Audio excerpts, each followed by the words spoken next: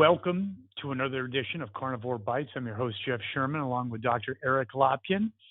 And very interesting week. And one thing I'm really fascinated about, and I actually think our listeners would as well, is the polls.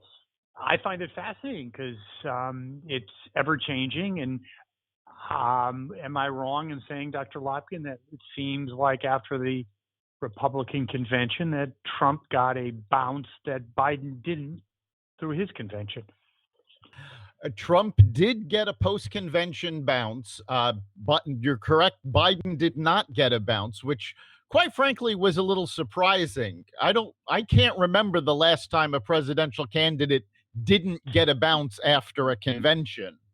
I think it was pretty nondescript. I think it was a pretty awful convention. You know, production value, interest level. I think that was part of it. And I think Biden overall is not a very interesting candidate, but I could be wrong. So anyway, about the polls, what's going on, Dr. Lopkin? Some of these poll numbers that are coming out are remarkable. And what makes it even more remarkable is the fact that the mainstream media is not talking about this. We have a Rasmussen poll. Now, this was they broke this down by party. And 84% of Republicans are supporting Trump. 34% of Democrats are looking at Trump's record as at why they're what they're voting on. But the big one is unaffiliated voters. 62% are going for Trump.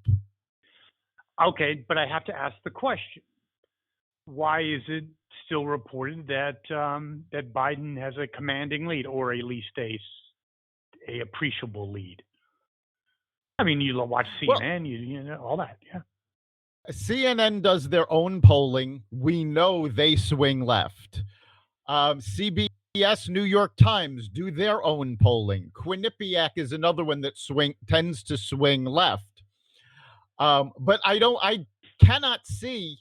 They're obviously not talking to pro-Trump voters, because you can't look at these numbers and think Biden has a commanding lead.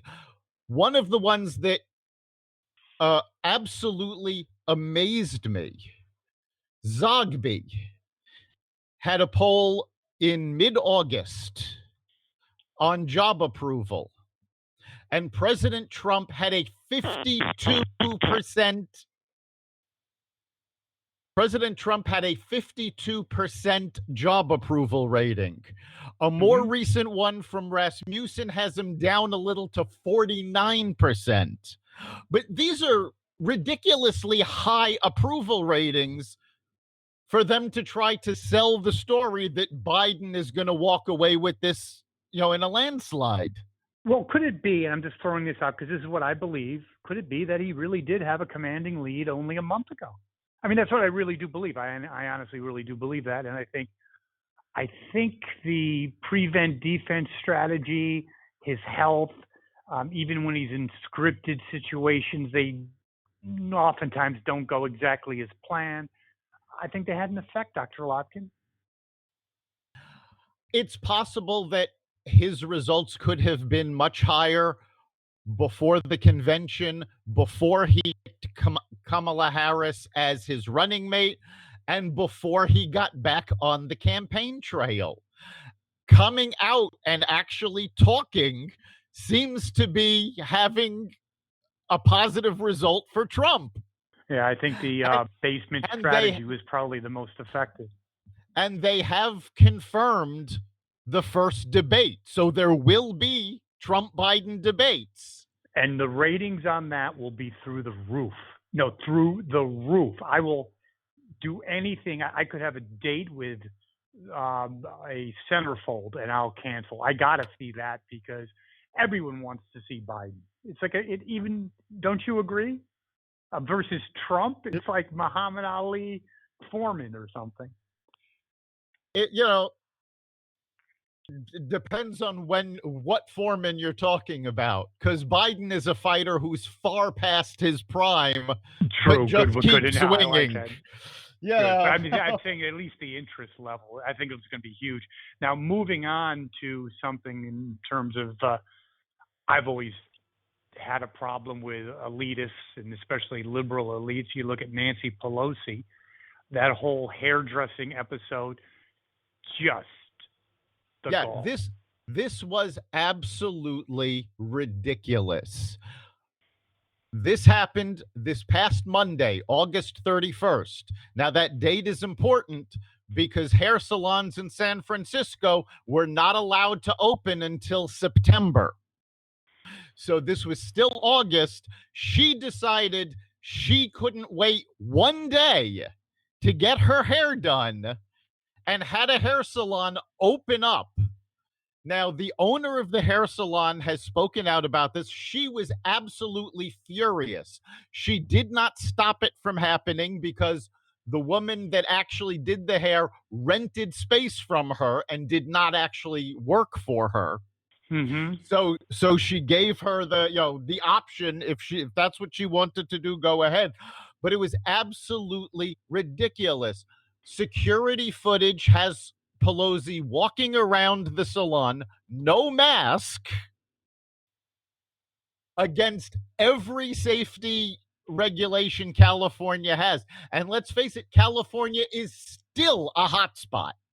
Yes, it is. I think isn't it always the liberal elites, just like Bernie. It's do as I say, not as I do. I mean, he Well, has three houses. let's not forget that Pelosi, at the beginning of all of this, was going around telling everybody it's not a big deal. Go down to Chinatown, have fun, go out. That is true. Real quick, I know we didn't have this on the docket, but speaking of elitism, Chris Cuomo, there was an off-the-record conversation with Cohn, the lawyer Cohn, a porn star lawyer, that he really talks. I didn't get the whole gist of it, but essentially was very condescending towards women, like how they love to come on to him, certain things like that. Very, very interesting. And, if it was a conservative commentator, I'm sure he'd be going, or she would be going. Oh, absolutely. I mean, there's certainly a double standard when it comes to liberal, especially in Hollywood, but in the press. I mean, remember, Roseanne Barr had one tweet and her career was over.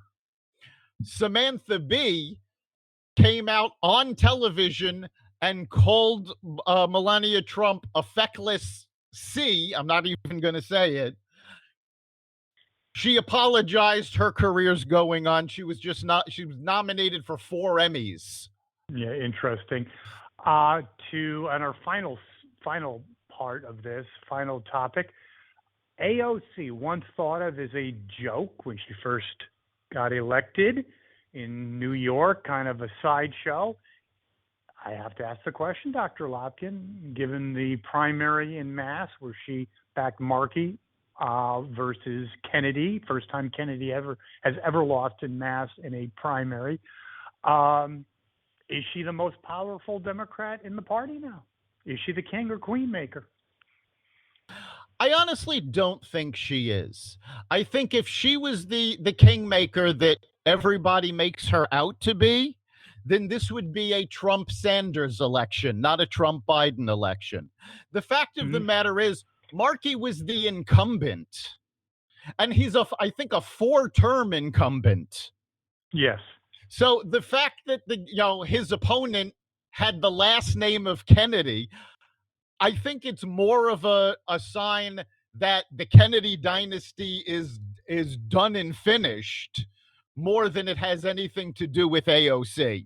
I think it's a very good insight. I think she is a powerful force to be reckoned with. I think Pelosi proceeded with the impeachment against her own political inclinations, even though she has an intense hatred for Trump because of the squad.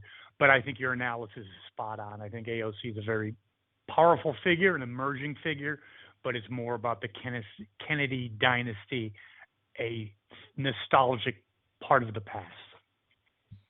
Exactly. I mean, let's face it. There have been fewer and fewer Kennedys in public office, running for lower and lower seats. The name Kennedy does not mean what it used to mean. It's And like the quite name frankly, Cadillac, yes. right. And quite frankly, it shouldn't.